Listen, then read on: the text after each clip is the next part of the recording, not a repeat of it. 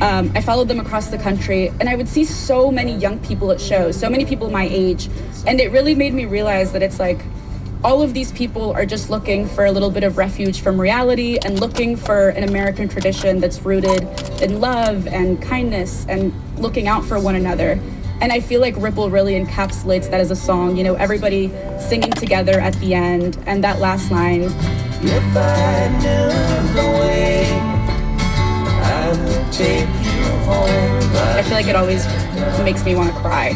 So that's my top Dead song on American Beauty. Is there a song for you that stands out specifically? For me, one of the songs that stands out is Friend of the Devil.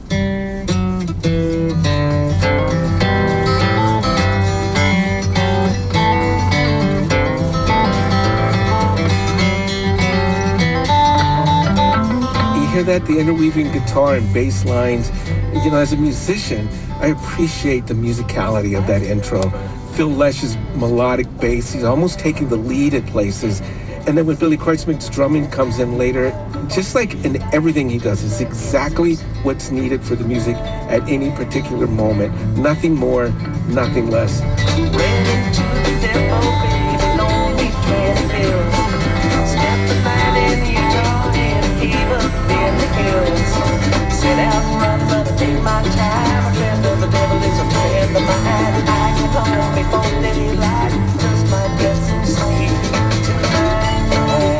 You know, one of the things that makes this album interesting for me is that it's an interesting time for boomers, my generation in general.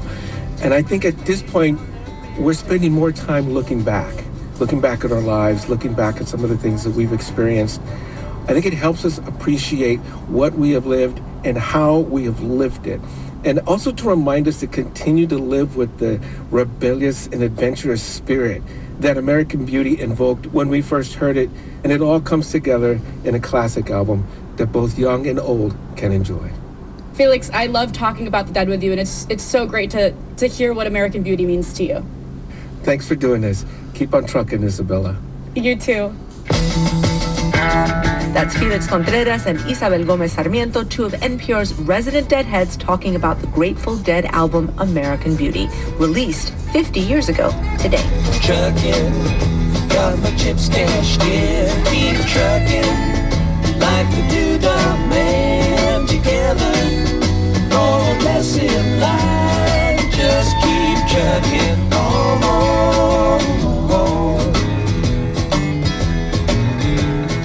This is Weekend Edition from NPR News. I'm Lulu Garcia Navarro. Feliz Dia de los Muertos.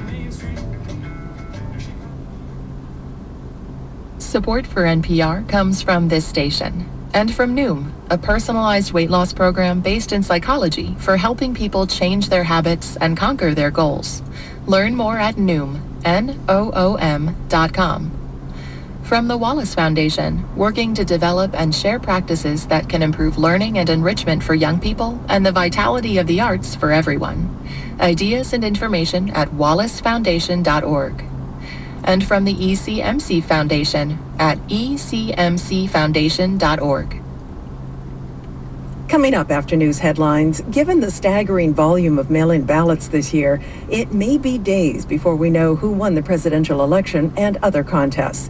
That's ahead on 94.9 KUOW-FM Seattle, 1340 AM KUOW Tumwater, and 90.3 FM KQOW Bellingham. Support for KUOW comes from Sound Credit Union. With 28 branches from Olympia to Everett, Sound has been supporting Washingtonians' financial health since 1940. Learn more about Sound's bank alternative services and career opportunities at soundcu.com. Insured by NCUA, Equal Housing Opportunity.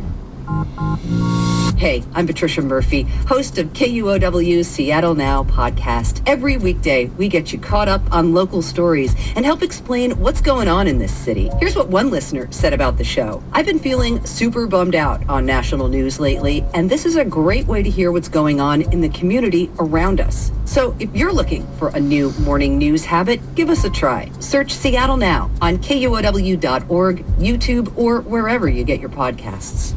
You can hear KUOW on your smart speaker. Just ask it to play KUOW. Support for KUOW comes from 10,000villagesseattle.com. Fair trade holiday shopping in-store and online. Sunshine today, highs near 59 degrees. It's 9 o'clock.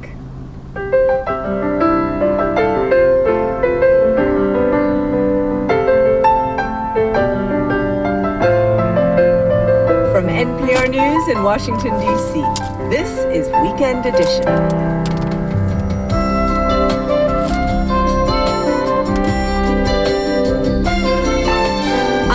Garcia Navarro, good morning. More than 90 million votes already in. Parts of D.C. boarded up last-minute Republican legal challenges in Democratic areas. This is an election like no other. We'll talk to voters waiting in line to cast their ballot. Meanwhile, record coronavirus infections. One COVID ward nurse makes an appeal. And Lorraine Bracco on her big Italian adventure. Listen, thank God. Sambuca's to Sicily. Isn't that where you make Sambuca? Otherwise, I would have never have made it back. It's Sunday, November 1st, and the clocks went back overnight. News next. Live from NPR News in Washington, I'm Amy Held. 2 days and many campaign rallies to go before Election Day. Democratic nominee Joe Biden is in Pennsylvania. President Trump is holding a rally in Michigan, the first of 5 today. That will see him in Iowa, North Carolina, Florida, and Georgia. That's where Biden's running mate Kamala Harris will also be campaigning. NPR's Mara Liasson reports on the strategies behind the stops. The travel schedule of the candidates shows how the number of competitive states has grown, and that's been fueled by the tremendous increase in early voting. Texas has already surpassed 108% of its total 2016 turnout.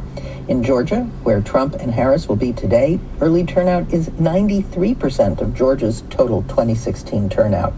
Election experts are predicting that overall turnout will reach 150 million. That's about 65% of eligible voters and the highest rate since 1908. Mara Liasson, NPR News.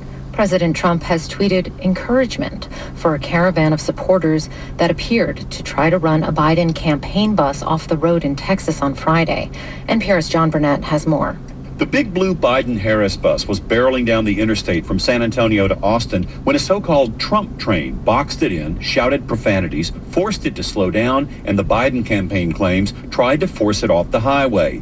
Videos posted on social media show a black Trump truck sideswiping a white SUV, reportedly driven by a Biden-Harris staffer. The Texas Biden team was so rattled that it canceled an event in Austin. Then on Saturday night, Trump tweeted a video of the incident and posted in all caps, "I love Texas." A Biden spokesman said the Trump train had deliberately endangered them. Kamala Harris, who's been campaigning in Texas, which is now considered a toss-up, was not on board the bus. John Burnett, NPR News, Austin. Tens of thousands of protesters have once again poured into the streets of Minsk against this summer's disputed presidential election. And the BBC's Danny Eberhardt reports Belarusian police are once again cracking down. Today's demonstrations are a key test for the opposition. Their attempts this week to organise a general strike to try to force out Alexander Lukashenko were patchily observed and failed to bring the economy to a halt. But many thousands of people continue to take to the streets, undeterred. That's in spite of Mr. Lukashenko recently signalling a more hardline stance, reshuffling key security personnel. Detentions continue, and police are reported to have fired warning shots in the air. That's the BBC's Danny Eberhardt reporting. Calls for celebration in western Turkey as rescuers pulled a 70-year-old man from a collapsed building. He was alive some 33 hours after an earthquake struck in the Aegean Sea, killing dozens in the city of Izmir.